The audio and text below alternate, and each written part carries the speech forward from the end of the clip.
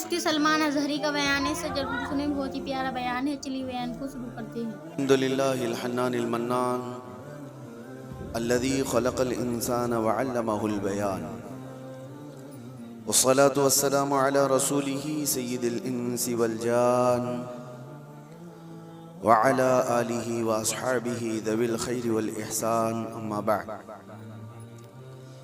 فاعوذ بالله من الشيطان الرجيم بسم الله الرحمن الرحيم ان اللہ مع الذین اتقوا والذین هم محسنون صدق اللہ مولانا العظیم۔ بارگاہ رسالت مآب صلی اللہ علیہ وسلم میں درود پاک کا ہدیہ پیش کریں۔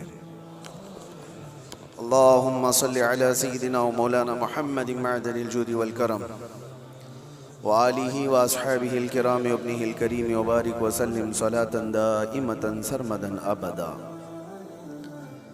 عزیزان گرامی وقار، ماہ ربیع الاخر میں تقریباً سنیوں کے ہاں خوشگوار موسم اس معنی میں آتا ہے کہ اس کو ہمارے درمیان غوث پاک کا مہینہ 11ویں کے مہینے کے نام سے یاد کیا جاتا ہے۔ میں سب کی بات نہیں کر رہا ہوں، سنیوں کی بات کر رہا ہوں۔ اور سرکار سیدنا عبد القادر جیلانی غوث العظم بغدادی رضی اللہ تعالیٰ عنہ کے یاد میں تقریباً پوری دنیا اپنے اپنے انداز سے خراج عقیدت پیش کرتی ہے، نیاز، ایصال ثواب، بہت ساری باتیں۔ آج میں ایک بات عرض کرنا چاہتا ہوں کہ اللہ کا ولی کون ہے؟ ہم تو انہیں سلطان الاولیاء کہتے ہیں۔ سلطان الاولیاء ہیں کیونکہ اللہ تبارک و تعالیٰ کے مقدس بندوں میں کچھ وہ ہیں جن کو اللہ تعالیٰ نے اپنی محبوبیت کے لیے چن لیا ہے۔ انبیاء کرام علیہ السلام کا سلسلہ جب ختم ہوا، حضور پاک صلی اللہ علیہ وسلم آخری نبی ہیں، ان کے بعد قیامت تک کوئی دوسرا نبی نہیں آئے گا۔ تو نبیوں کے بعد نبیوں کا جو کام کیا جانا ہے، اس کام کو لے کر آگے بڑھانے والے امت کے وہ صالحین کو اولیاء اکرام کہا جاتا ہے۔ اور ولی ہوتا کون ہے؟ ولی کا کوئی خاص چہرہ، خاص لباس یا کوئی ایسی چیز نہیں بتائی گئی، لیکن قرآن نے کہا ان اولیاءہ الا المتقون، اللہ کے ولی صرف وہ ہوتے ہیں جو متقی ہوتے ہیں۔ اور متقی کون ہوتا ہے؟ متقی کس کو کہتے ہیں؟ تقوی والا۔ یہ عربی کا لفظ ہے۔ متقی کس کو کہتے ہیں؟ اس کی بہت ساری ڈیفینیشن ہے۔ ایک چیز میں بتاؤں، حضور پاک صلی اللہ علیہ وسلم نے فرمایا کچھ چیزیں حلال ہیں، کچھ چیزیں حرام ہیں۔ حلال بھی سب کو پتہ ہے یہ حلال ہے، حرام بھی سب کو پتہ ہے یہ حرام ہے، جو واضح ہے، جس میں کوئی شک نہیں۔ لیکن حلال اور حرام کے بیچ میں کچھ چیزیں ایسی ہیں جن کے بارے میں شک ہوتا ہے کہ حلال ہے کہ نہیں ہے، حرام ہے یا نہیں۔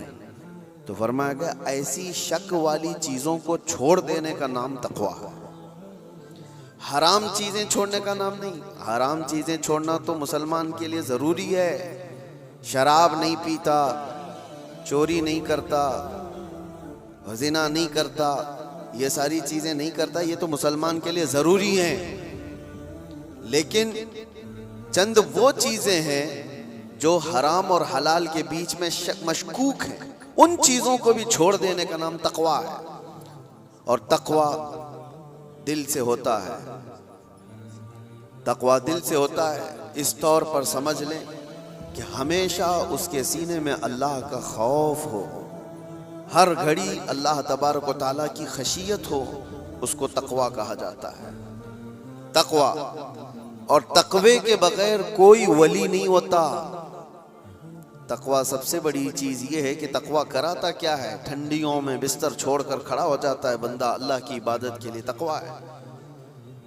رات کے وقت وہ جب لوگ سو رہے ہوں، یہ رب تعالیٰ کے حضور کھڑا ہو جاتا ہے، یہ اللہ کا خوف اس کو بستروں سے اٹھا دیتا ہے، یہ تقویٰ ہے۔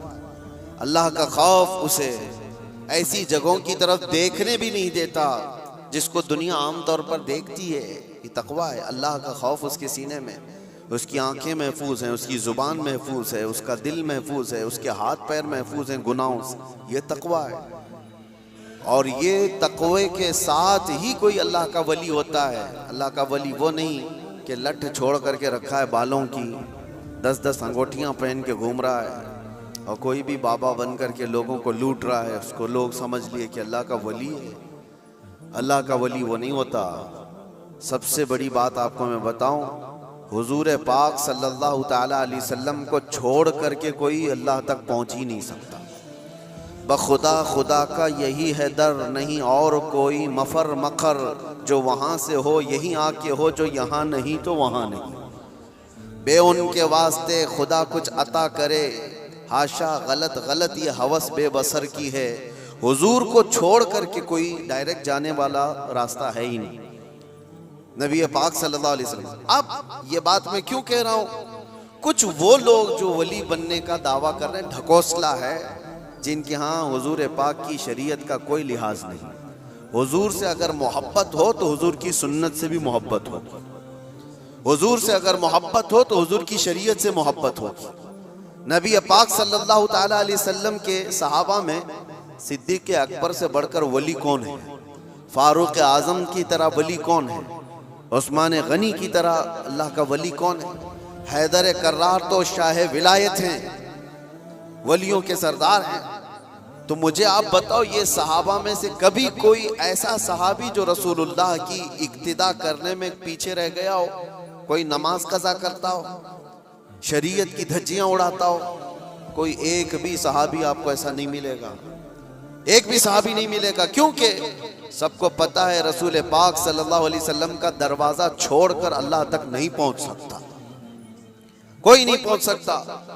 اب میں یہاں پر آپ کو ایک مثال دے دوں کہ بغداد میں ایک بار یہ مشہور ہو گیا کہ ایک اللہ کے ولی دریائے دجلہ کے پاس آئے، بہت عبادت کرتے ہیں، بہت توجہ سے۔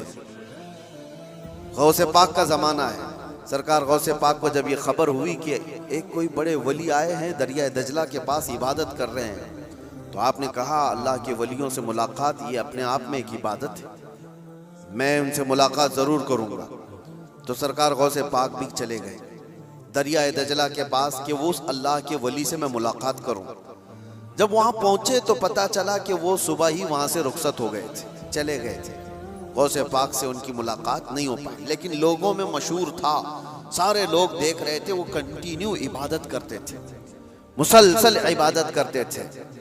تو غوث پاک رضی اللہ تعالیٰ عنہ جب لوگوں سے پوچھتے ہیں وہ عبادت کہاں کرتے تھے، لوگوں نے بتایا وہ جو جگہ تھی وہ ریت پر جو ہے دریا کے کنارے جو ریتی پڑی ہوئی تھی اسی پر عبادت کرتے تھے۔ غوث پاک غور سے نشانیاں دیکھتے ہیں، ان کے سجدوں کے نشان تھے، ان کے ہاتھوں کے پیروں کے نشان تھے۔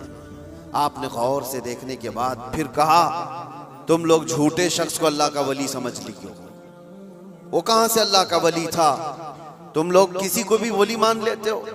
لوگوں نے کہا آپ نے تو دیکھا نہیں اور ایسے ہی آپ کہہ رہے، ہم تو ان کو مسلسل عبادت کرتے ہوئے دیکھ رہے تھے، کوئی نماز قضا تو نہیں کرتے تھے۔